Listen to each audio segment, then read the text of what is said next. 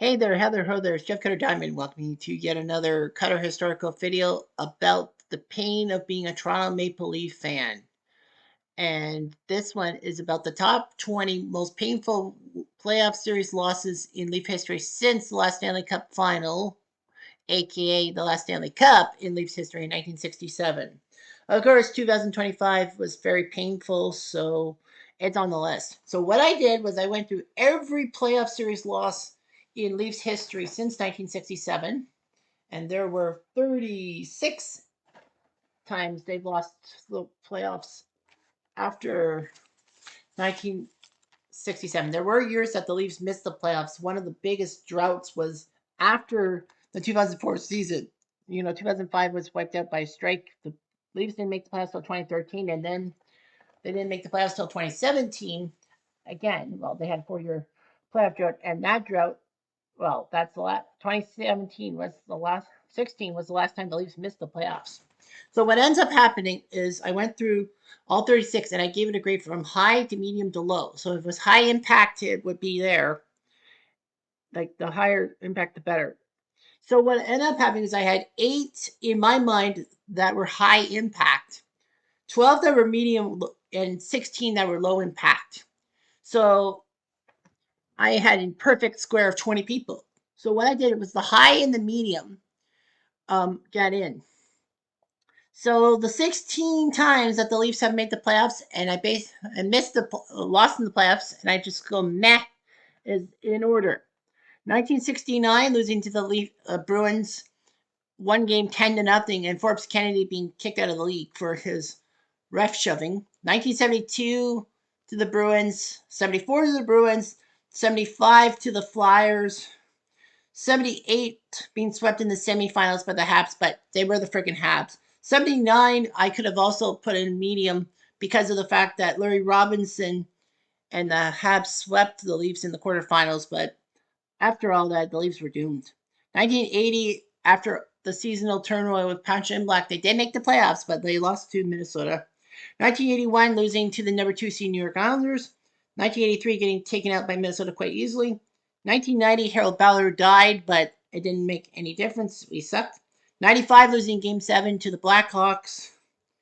96, injuring Grant Fuhr for the Blues, but we still lost that series. Back-to-back losses to the Devils in 2000 and 2001 is like, nah, they were that good. And, well, 2019 against the Bruins, I didn't feel anything negative about that. And 2023 when Florida beat us, it was like kind of expected. So anyway, those are the ones that didn't make the cut. So now let's talk about the 20 that did make the cut. At number 20 is one from far, far ago. It was 1977 against the Philadelphia Flyers. The reason why this is on the list is because the Leafs had a 2-0 series lead and choked it. Of course, 2025 happened and it did make the list, obviously. But 1977 made the list because it was huge. Like the Leafs went into Philadelphia, took on the 3-time defending finalist Philadelphia Flyers. Were up 2-0 on the Flyers, and Tiger Williams famously said they were done like dinner. Well, unfortunately, though, the Flyers went back-to-back overtime games at the Maple Leaf Gardens to make it 2-2, and then the Leafs just ended up losing that series. And man, Tiger Williams had to have been eating fucking crow for that. At number 19 is 2004, the last time the Leafs made the second round of the playoffs before 2023. But yeah, 19 years ago was a different time. And the fact of the matter was that the Leafs took care of the Senators in the first round. It took 7 games. The Sens forced us to game 7, but thankfully Joe Nunez scored a couple of weak goals on Patrick Lalime, kind of ending Lalime's tenure with the Sens. But then we took on the Philadelphia Flyers, and it was kind of an awkward series, but Jeremy Roenick won it in game 6 in overtime. It seemed dumb, but 2004.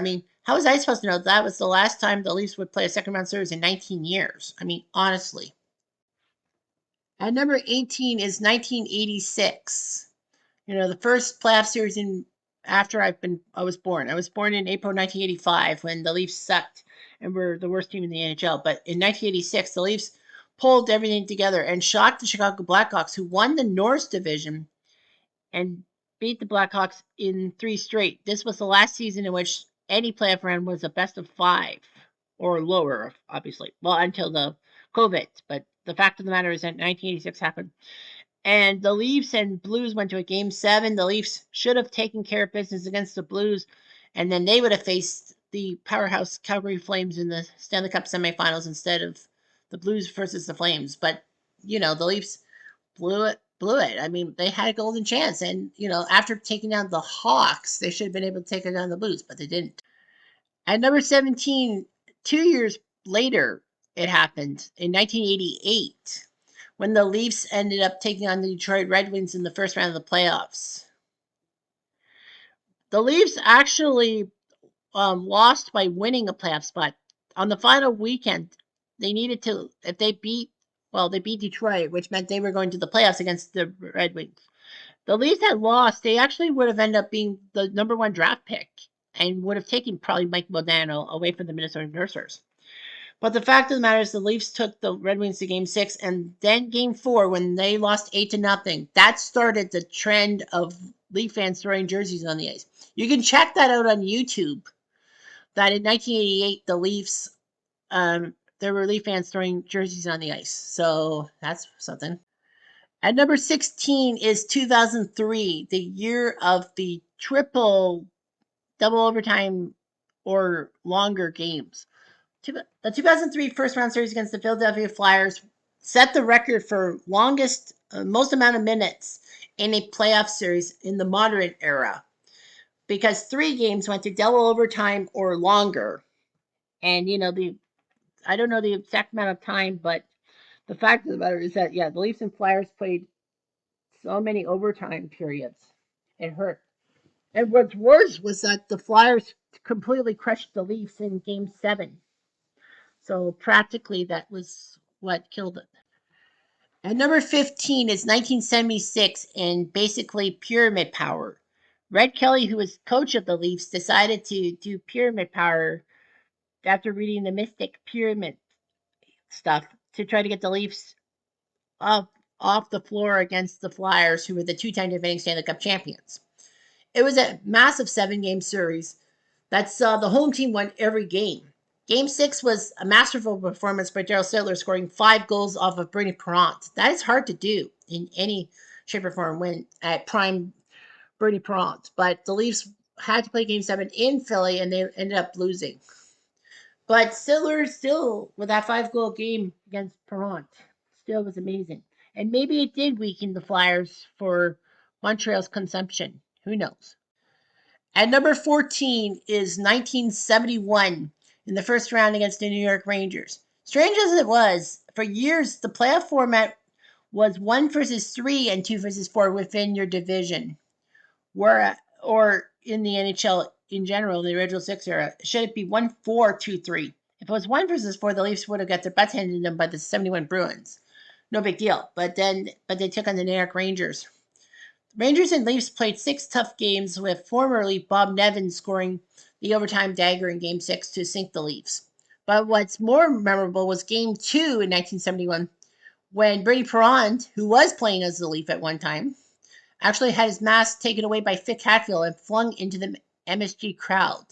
It took 4 decades before they finally got the real mask as an authenticated and all that someone finally gave it back to Parent. But Bernie Parent could not play the rest of the game of his face mask, and Jacques Plante had to come in. Amazing. The Leafs had Bernie Parent and Jacques Plante at the same time and still couldn't win the playoff series.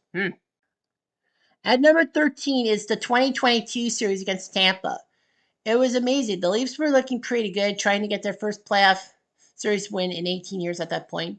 They couldn't do it. They had to win. I think it was Game 6. And I think Tampa won Game 6 at home in overtime to force a Game 7 back in Toronto. And we're looking good at ourselves because, the Leafs are looking very fantastic. But all of a freaking sudden, Nick Paul, of all people, had to ruin the party with a pair of goals, and the Leafs were taken out. What's worse is it was a trilogy of horror for me that specific day. That Game 7 in 2022 was also my annual ball hockey tournament appearance, where we sucked. And also, worst of all, late at night, I lost my orange and white cat to old age at 21 years old, but I was there for her last breath. So, anyway, that's something. At number 12 is the 2018 series against the Boston Bruins. Leaf fans wanted revenge for Boston for what they did in 2013. And yes, it is obviously on this list.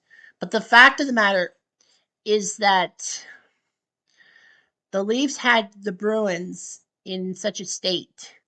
And they actually had a multiple goal lead in game 7 in Boston. And everyone, like, yes, we're going to finally do it. But all of a sudden, defensive lapses. And once again, we blow a third period lead in Boston to lose the series in a game 7. So that just wasn't good. At number 11 is 2017 against Washington. Yes, sure, the Leafs were out of their element, and it was only their second playoff series appearance since 2004 and all that. But the fact is, yeah, Washington was good. But the fact was that the Leafs and Capitals series was one for the ages. It set a record for most overtimes in a series. Well, it tied a record. The 1951 finals between the Leafs and Habs, all 5 games went to overtime. And then in 2012, the Blackhawks and Phoenix, their first 5 games went to overtime. Game 6 ended in a Phoenix victory. Phoenix finally won a playoff series for the first time in Coyotes, well, in the desert. But the Leafs and Capitals, all but game 4 of the 6-game series, went to overtime. Leafs won a couple of them, including games 2 and 3 that go up in the series. But unfortunately, Tom Wilson wrecked the Leafs, and Marcus Johansson as well. Starting off the top 10 is 1994 against the Vancouver Canucks. The Leafs were riding high. They had taken out the Chicago Blackhawks. They had closed Chicago Stadium for hockey, as Mike Gardner scored the only goal in Game 6, the last hockey game at the Chicago Stadium. And then they take on the San Jose Sharks. The worst part was that the Sharks took the Leafs to Game 7, even though the Sharks were an 8 seed who got lucky in Game 7 against the Red Wings in the first round because Chris Osgood made that terrible clearing pass and Jamie Baker put it in the net. The Sharks were up 3-2 thanks to the 2-3-2 format. The first 2 games were in Toronto, and then the next 3 in San Jose. But yeah, the Leafs had to win Game 6 and 7. That's the Sharks to get to the conference finals, where they took on the Vancouver Canucks. Unfortunately, even though the Leafs won Game 1 thanks to Peter Cecil, their fatigue happened, and they got bit. And in 4 straight games, Vancouver won the series. Well, 4 straight after that, and Greg Adams in double overtime in Game 5. Canucks would lose the final to the New York Rangers. Next up on the list is 1999, number 9. And that was not on purpose. That was just the way I ranked it. The 99 series was the highest in the medium depths. The top 8 were basically high impact, oh my God, moments. But yeah, 1999, the Leafs took care of both Pennsylvania teams, Philly and Pittsburgh, to take on Buffalo. And in the conference finals, in what should have been a fantastic moment for the Leafs in their history, as Dwayne Rosen had to end up in the net for the first 2 games of the conference finals with the Sabres and Leafs at the Air Canada Centre with Hasek injured. The Leafs could only take advantage of Rosen once. There was 1-1 split, and then once Dominic Hasek came back, then the Leafs were toast, and they were. The Dallas Stars would take care of the Buffalo Sabres in 6 games, of course, toe in the crease notwithstanding. All right, so the highest of the high impact things at number 8 is 2020. Now, I know that it's pandemic related. You know, COVID-19 almost wiped out the NHL season, and the Leafs were not doing that well. I mean, they were decent, but of course, they lost to the freaking Zamboni driver in February 22nd, 2020, which was a week before my dad passed away from pneumonia. But the fact of the matter was that, the 2020 season was hectic. They didn't know what to do, so they decided to put the Eastern Conference top 12 teams in a hub in Toronto to play games determining playoff positions. So what happened was the top 4 teams by point percentage would play in a round robin in each of the cities, and then 5 through 12 would play like 5 versus 12, 6 versus 11 onwards. They would play preliminary round games and then meet the other 4 teams in the quarterfinals. So the Leafs and Jackets were the 8-9 matchup, and the Leafs should have had it. They had home ice. They knew that ice, left, right, and center. Unfortunately, though, a pair of 3-0 comebacks by Columbus and then Toronto made the series go to a fifth and deciding game. It was best of 5 in the preliminary round. Unfortunately for the Leaf fans, they got taken out by Columbus quite easily. And, losing to Columbus is one thing and all that. I mean, if you lose to Columbus in 2025 with Johnny Hockey, unfortunately passed away, that's understanding. That's heartwarming. But this was a Columbus team in 2020 that should not have taken care of the Toronto Maple Leafs. At number 7 is 1987. You'd be thinking, that's very early on. Well, there's a reason why 1987 is number 7. The fact of the matter is that the Leafs took care of the St. Louis Blues in the first round of the playoffs in 6 games, thanks to Motor City Smitty, a.k.a. Brad Smith, scoring a key goal for the Leafs and taking the Leafs to the second round of the playoffs, or the division finals as it were, against the Detroit Red Wings. The Red Wings were a relic. They were called the Dead Things because they were crappy in the 70s and 80s and all that. A few playoff appearances sprinkled in, but Detroit was just not the powerhouse they would be in the 90s, 2000s, and 2010s. The Leafs would take a 3-1 series lead thanks to Mike Allison's overtime goal in Game 4 at MOG. All the Leafs needed to do was win one in the next 3 games, and they were going to the conference finals, probably to get butt wiped by the Edmonton Oilers. But, at least we make the Final Four. Can't complain about that. Like 1978 against the Habs. I mean, they were the Habs. Nevertheless, the Leafs somehow couldn't put the puck past Glenn Hanlon, who made 2 key shutouts, and the Leafs choked a 3-1 series lead. In fact, that was the last time the Leafs had a 3-1 series lead till 2021 and all that. And that will be up on the list, high on the list too. But the fact of the matter was that, a 3-1 series lead and you choked it. And yes, Leafs fans should remember that choke in 1987. And number 6 is one that was very recent, not this year, but last year, 2024, against the Boston Bruins. It was a killer series. The Leafs were accusing Boston of tanking in a sense to get the Leafs and all that. But the fact of the matter is that, the Leafs and Bruins had to face each other. Boston had home ice, and Leaf fans were like, here we go again.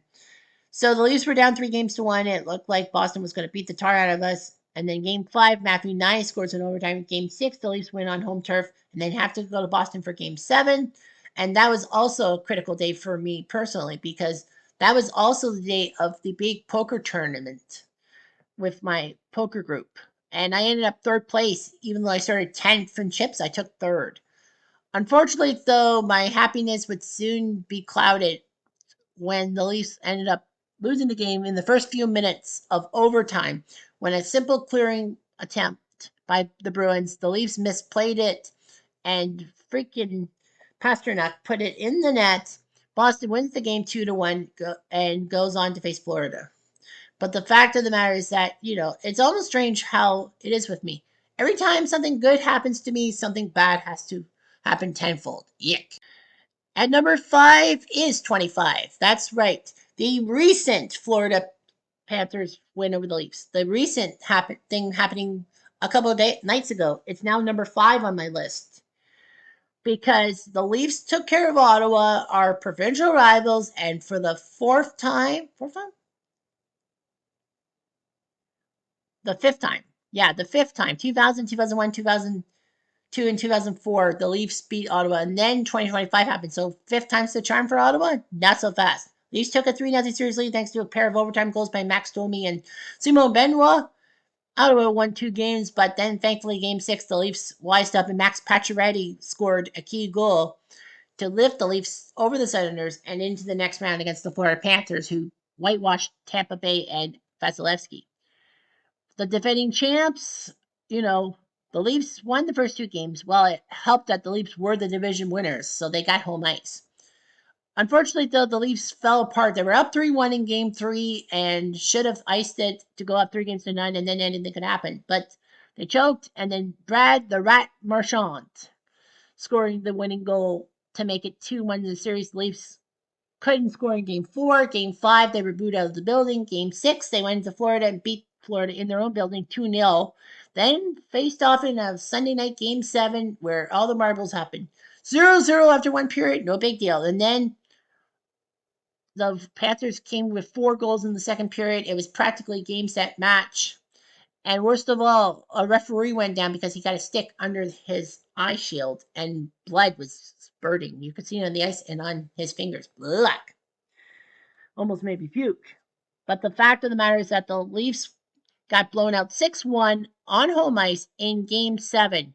It equaled the record for worst Game 7 home loss by any team ever. I remember Detroit crushing Colorado in 2002, 7-0, but that was Detroit was the home team. But yeah, losing Game 7 by 5 goals just is a killer in any aspect. At number 4 is the most current Leafs trip to the Final Four, the conference finals, 2002. The Leafs had a decent season, and then they were the 4 seed. They would take on the New York Islanders, who were the 5 seed, who were making a resurgence of sorts. The Leafs won the first 2 games. Unfortunately, Matt Sundin just happened to get hurt early in the series. Darcy Tucker got hurt. Shane Corson picked up his ball and went home, apparently. And then practically what ends up happening is that the Islanders won games 3 and 4 on home turf. Leafs won game 5 at home. Islanders game 6 at home. So game 7, the Leafs needed to win at home to keep everything hunky-dory. They did. They took care of the Islanders. And then they took on the Ottawa Senators in a tough series that the Leafs needed to win game 6 and 7 to beat the Senators and move on to the conference finals. That series, of course, is memorable to me because I remember watching game 6 of the Leafs Senators on a Sunday night with my dad on the couch while my mom had to work at the nursing home. And, we were talking hockey and all that and watching the game and just shooting the breeze and all that. And that was one of my most memorable moments with my dad. Of course, he passed away in 2020. And then the Leafs went on to face Carolina. It looked like it was easy. Carolina was just lucky to win the division and get the 3 seed because the 3 division rule in effect. But stupid Arthur's Urbe played like an orangutan, all over the ice. And the Leafs ended up losing that series in 6 games thanks to Martin freaking Gelinas, who seemed to always get overtime goals in the worst way possible. However, in 2004, Gelinas would help Calgary out as he scored the overtime winning goal to sink Vancouver in Game 7, an overtime goal in Game 6 to sink the Red Wings, the game-winning goal against the San Jose Sharks to send the Flames to the Stanley Cup Finals, and what should have been the cup-winning goal in Game 6.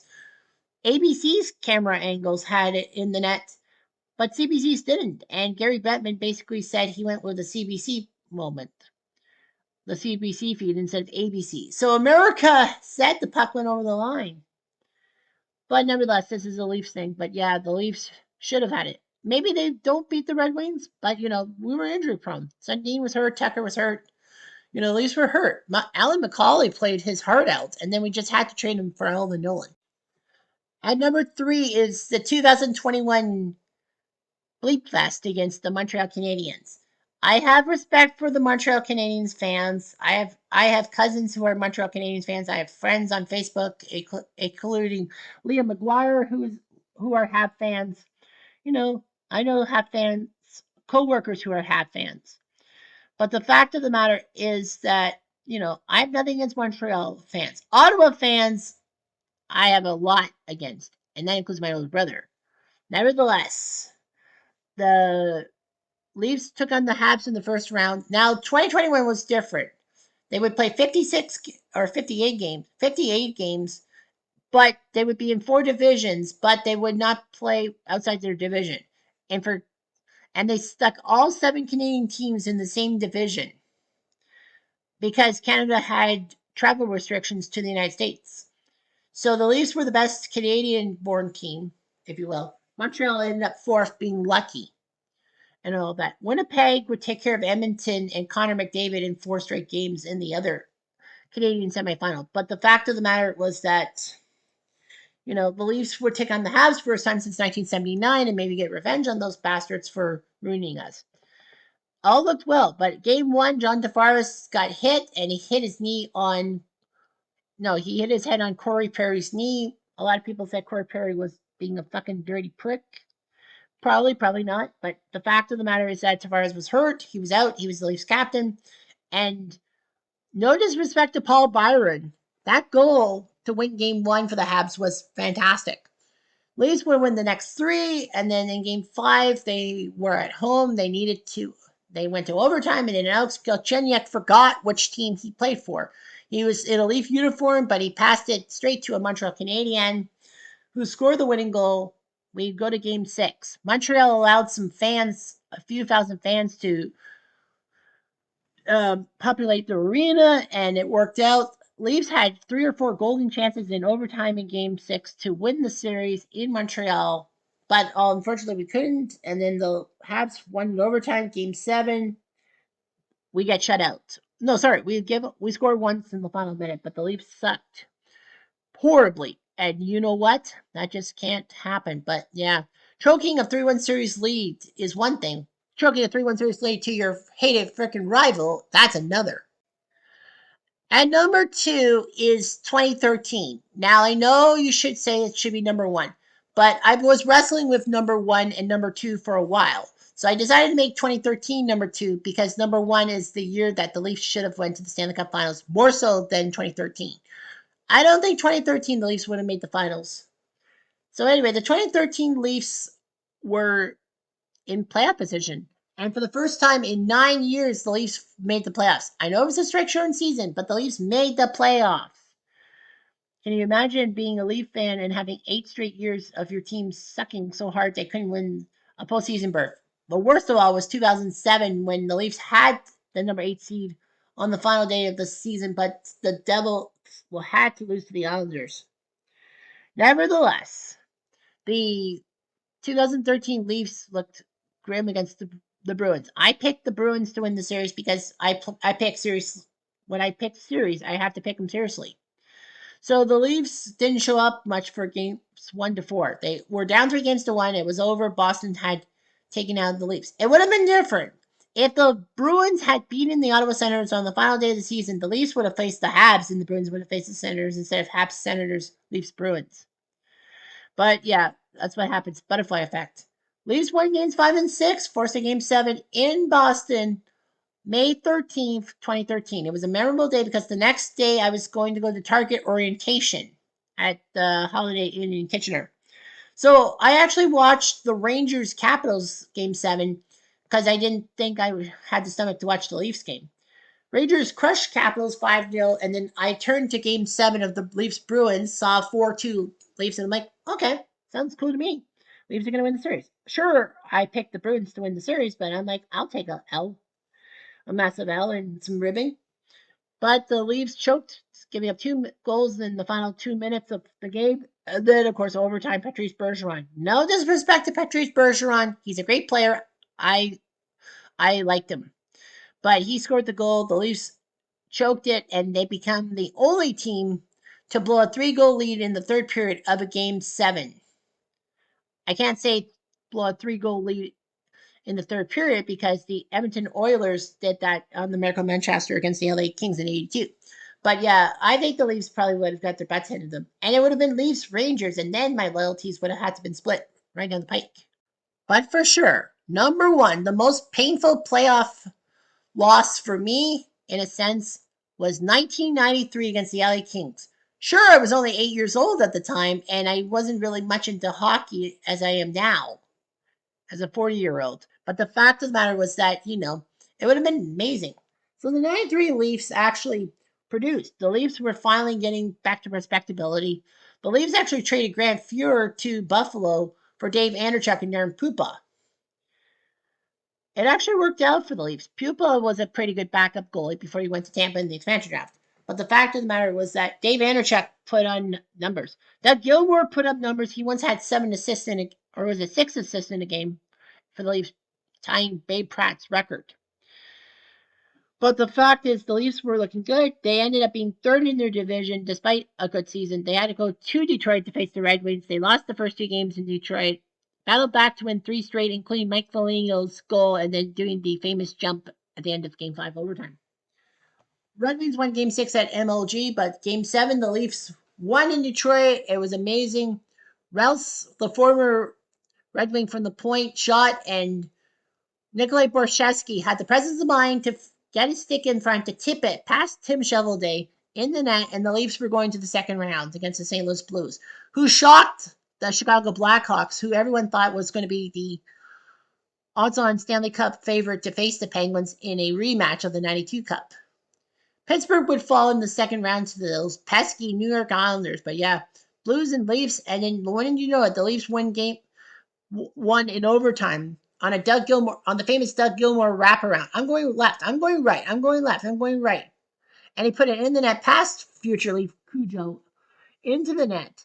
The Leafs would struggle against the Blues, but it would be down to a game 7. And then the Leafs crushed the Blues 6-0 in one of the most painful game 7 moments ever. So anyway, the Leafs could win by lots of goals in a game 7. Leafs would take on the Kings, who took care of Calgary and Vancouver, and were going for the Canadian triple, if you will.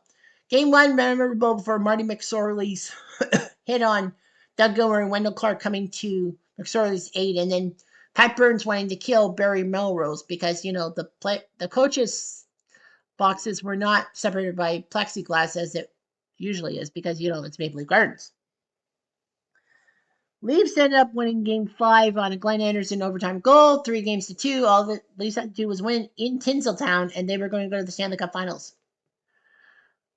Of course, Montreal would take care of the New York Islanders to go to the finals before the Leafs Kings game 6. So that meant we would see Toronto Montreal in the Stanley Cup centennial, mind you. 1893 was the first year of the Stanley Cup. The 100th anniversary would have seen Leafs Canadians just like it should have been.